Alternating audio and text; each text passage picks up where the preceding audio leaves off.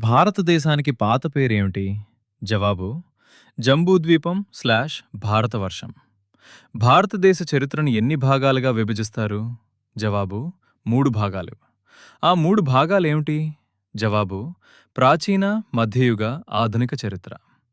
చరిత్రను తెలుసుకోవడానికి ప్రధాన ఆధారాలేమిటి? జవాబు: శాసనాలు, నాణేలు, గ్రంథాలు.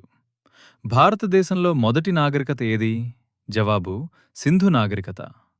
సింధు నాగరికత ఎక్కడ వెలిసింది? జవాబు: సింధు నది పరివాహక ప్రాంతంలో.